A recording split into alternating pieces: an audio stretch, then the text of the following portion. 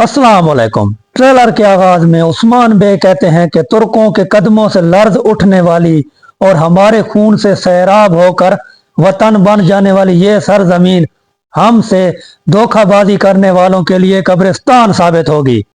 अगले सीन में अल्तुगा जमीन पर लेटकर किसी के कदमों के निशान ढूंढ रहे होते हैं।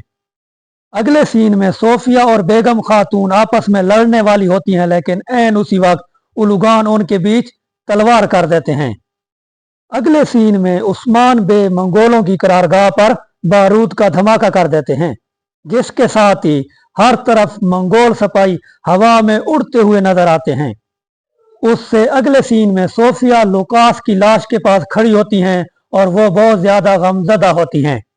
उससे अगले सीन में उस्मान बे उलुगान की तरफ नेजा फेंक देते हैं, जो कि पीछे खड़े इल्बाई को लग जाता है और वह जख्मी होकर गिर जाता है।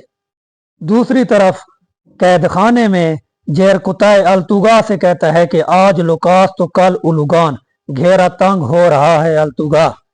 अगले सीन में होलोफिरा खातून उलगन खातून से कहती हैं कि उल्टा सीधा मत सोचो, किसी को कुछ नहीं होगा।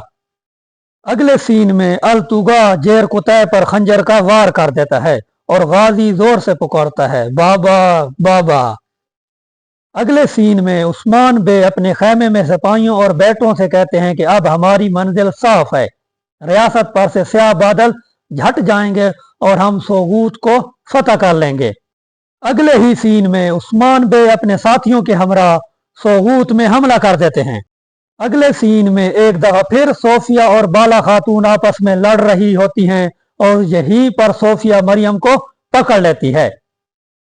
इसी ही सीन में बेगम खातून सोफिया से कहती हैं कि सबसे बड़ा शिकार तो तुम हो सोफिया।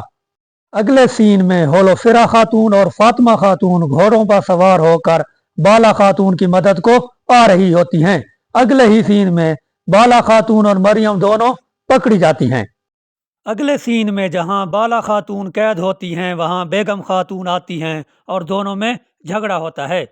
बाला खातून कहती हैं कि मैं अपना कबीला और अवाम सबको छुड़ा लूंगी और तुम मुझसे मेरा महबूब नहीं छीन सकती बेगम खातून। अगले सीन में उस्मान बे कहते हैं कि दुश्मनों के दिलों में जलते अंगारे बनकर दाखिल होंगे और सारी दुनिया को फिर से दिखा देंगे कि तुर्क ना तो मायूस होते हैं और ना ही शिकस्त खाते हैं। इसी सीन में उस्मान बे और उसके सिपाही सब मिलकर मंगोलों और सलीबियों को काट रहे होते हैं।